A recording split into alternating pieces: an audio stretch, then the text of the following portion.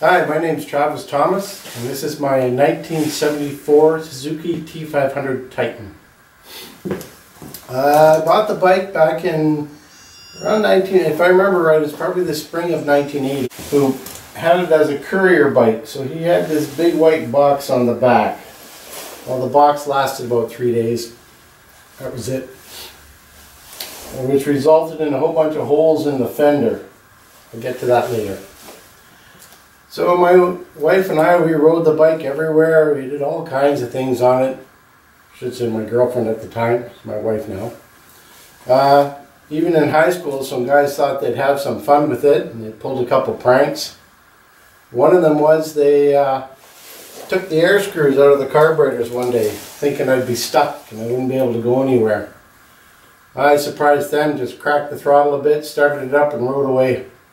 Went straight to Joe's on Main Street and went in and told him some fellas took the air screws out of my carburetors, and Joe went in the back and came out with 2 screws and gave them to me no charge. That's what Joe was like. So we rode the bike and had lots of fun, and then it got stolen one day from behind my apartment block. It was gone for about 5 days. I found it 5 days later down the street. It was the end. It was October already. It was pretty cool, and it was time for it to go off the road. So I stored it at my in-laws, and my girlfriend's brother was interested in buying it. So I went through a tentative sale to him, and he decided he didn't want it. But a mutual friend of ours did want it. So the sale went to him. Well, 10 years went by, and I called him every year and asked him for the money, and every year the house needed a roof or stairs or something, so I never got my money. So after 10 years, I said, I'm going to pick up the bike. I said, well, there's something you should know. I started to restore it. And I said, oh, okay, how much are you into it? And he said, oh, nothing, I've just taken it apart. So I got back a frame, front rim, no tire, back rim and tire, a seat, a gas tank, and the engine completely apart, all the covers off, clutch off, heads off, jugs off, pistons flapping, and 5 boxes of parts. And he was kind enough to put all the nuts and bolts in little tins. Yeah, but he didn't label any of the tins. So when it come time, then I guess it sat in my garage for probably another 15 years. And I told my wife, if I turn 50 and I haven't done anything with that, I'm going to. So when I was 49, I started taking the engine parts out in the backyard and some diesel, and I cleaned them up and started getting things together and organizing parts. And I found a fella at work who was good with small engines, and I asked him if he'd take on the project, and he agreed. And so we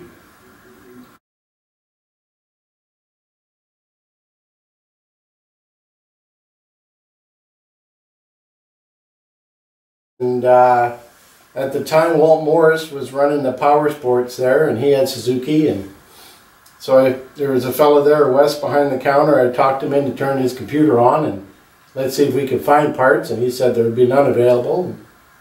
Turn it on, let's find out. And we started finding that you could buy the pistons, and you could buy the rings, and you could get different parts for it. It needed a kick spring. In order to put the kick spring in, you have to split the block. So we split the block and we rebuilt it, and then that engine got fogged and it sat on the floor for a winter.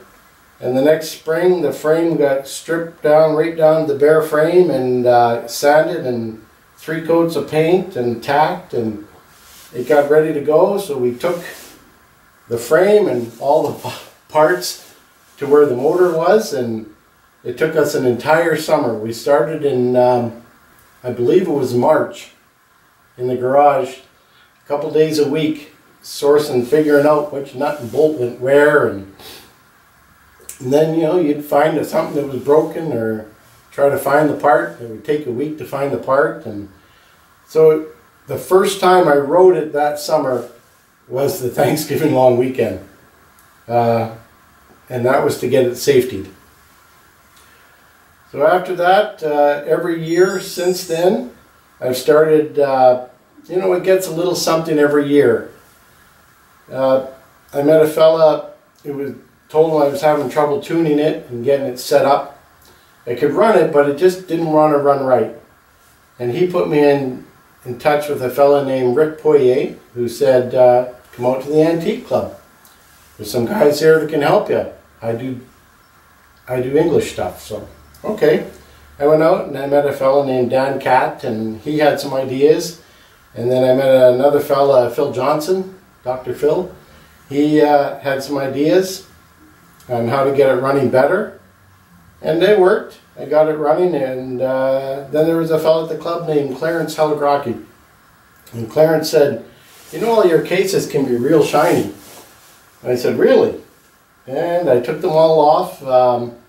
When I was changing the oil one day, I took them all off and dropped them off at Clarence's. And 2 days later, he called me and said, your cases are ready. And I come and picked them up, and I couldn't believe it. What a night and day it was. And over the time at the club now, a lot of guys have helped with a lot of projects. Back to the rear fender, Phil Johnson had this laying in his pile of stuff. It's actually off in 1968, which is the only year that had the duckbill. I like the duckbill.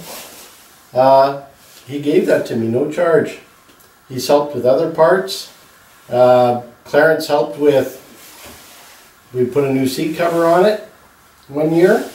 That was Clarence again. So being part of the club has really helped this bike to shine and be what it is. I enjoy the club. There's a lot of great people there. You want to hear it run? Actually, you had a good story on the how you chose the color for it. Oh, well, the color. This was the color. This blue. That's the factory color. But back in the 80s, thanks, Don. My side cover on the other side is just fiberglass, and it was all broken. And I went to Joe on Main there, and I said, Joe, can you get me one of these? And he said, yeah, it's going to come on the slow boat from China. It'll probably be 6 to 8 weeks. And it was 6 to 8 weeks. But in that time is when the bike was stolen. So I got this cover, but no motorcycle to put it on. So as we moved around from apartment to apartment, place to place, this box always moved with me. And then when it come time to paint it, I found a fella up on Notre Dame, Darcy D there, who was willing to take on the project. So I took him the side cover and I said, this is the color. Match this and we'll have it. And so he painted the tank, because I had a little accident with it and I left a dent with my right knee in the tank. So he took the dents out and put the pinstriping on it and got it all nice and pretty to the right color. And this one, we painted it too, to match. But the clear coat never turned out right. And Jerry from the club said, if you give that to me, I'll take a weekend, you can have it back. It'll cost you 20 bucks. And so he painted that again and clear coated it for me. Yeah, she's a bag of fun. I love getting out on it and riding it. The guys in the club are always a joy to be around. And it's your daily driver. It's my only bike. I have one. This is it.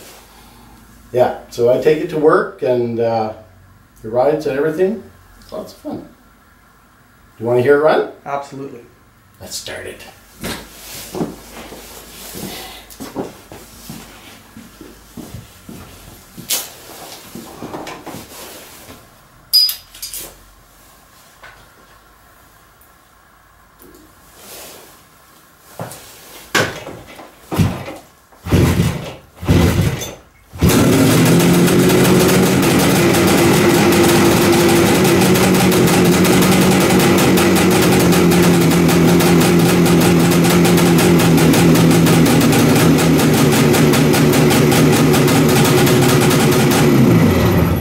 There you go. Sounds like a bag of hammers, and that's the way it's supposed to sound.